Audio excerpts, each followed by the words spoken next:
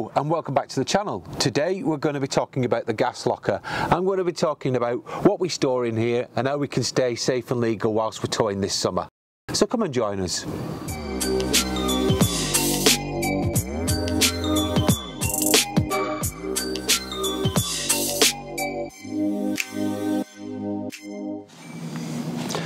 So whilst we were away a couple of weeks ago, I noticed quite a few newcomers to the hobby turning up on site, and this gas locker was absolutely rammed full of kit.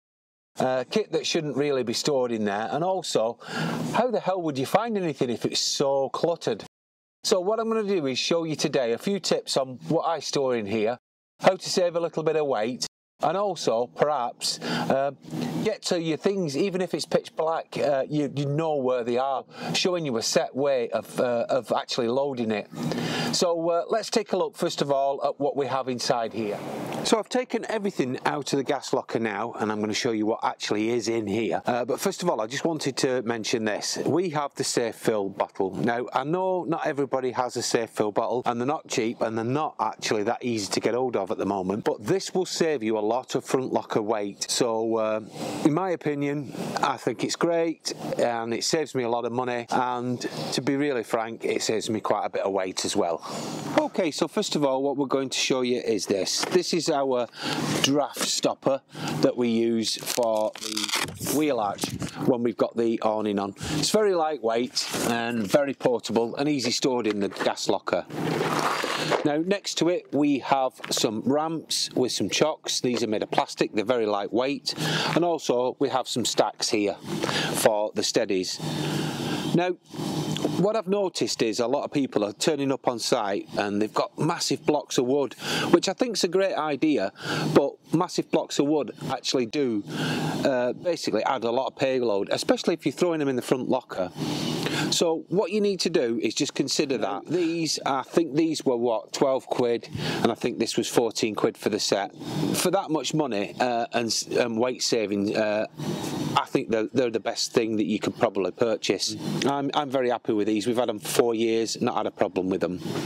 Now, next to that we have this black bag. Now, the black bag is a cable bag really, but I've adapted it for my blue water hose and also my Whale Master system, because as I'm sure some of you know, I only use fully serviced pitches, so that's all I need. Next to that we have the collapse waste pipes, which we've been using for quite a while, and they're brilliant. They save so much space and a lot less hassle. Now, next to the collapse pipes we've got a jack.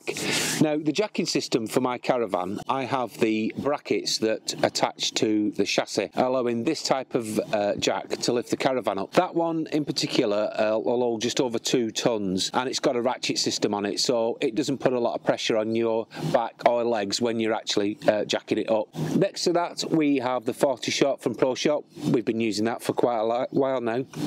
One bottle does it all. And up here we have the electric cable. Now, the electric cable is for our outside electricity basically, and next to that we have the collapse watering can. Now, the last couple of things, we have the air pump for our sun canopy. Okay, so the last thing is a bag of pegs. Now, in the past I've been guilty of everybody else. I've took away far too many pegs for what I require. In fact, I've probably taken enough to give the whole camp some pegs. So what I decided to do was work out how many pegs it took for my sun canopy and my windbreak, and basically added a few more to it, and that cut down on how many I took, and it's not as ridiculous and heavy as it used to be. Very simple, small bag, throw them all in and your job done. Saves a lot of time and weight. Okay, so with the gas locker, once I've put everything back, I have them in zones, and on the far left hand side here we have all the plastic ramps and our stacking system for the steadies, and next to it we have all the water items. So here we have the collapse pipe system, and below it is the Whale Water Master system. Now, next to that I stick my chemical fluid for my toilet, and just below it you'll see that there's a vent. Now, that vent there shouldn't be covered up, because if there's an issue with your gas bottle, it will allow any fumes to vent out of the Caravan and not seep into your Caravan and cause you any harm. Now, moving across to the other side, in here is very simple. We just have our peg bag, we have our electrical cable, and we have our air pump for our awnings and sun canopies. Now just here where my hand is, just round there, is where the jack is. I like to put that in the middle because it's probably the heaviest thing that I'm actually going to put inside this gas locker, apart from obviously the gas bottle. So it balances itself out. Now I put that back the same way every time I come to either load or unload this caravan, so I know exactly where it is. So if for one bizarre reason that I may have to set up in the pitch black, which I doubt I will ever will, but it means I can actually put my hand on everything and I know where everything is, and it helps me balance out and know that I've not left anything behind as well. So there are my tips for this gas locker, and I've checked my nose weight with a nose weight gauge, and it sits perfectly on the nose weight gauge at 75 kilos, which is what this particular caravan is set up for. Now some are different weights, some are 85 and some are 90, but this one's quite lightweight because it's a heavy fronted caravan. Well folks, that's how you set up the gas locker my way. I'm sure you have your own ways of doing it. If you want to drop a comment in the comments box, please feel free to do so.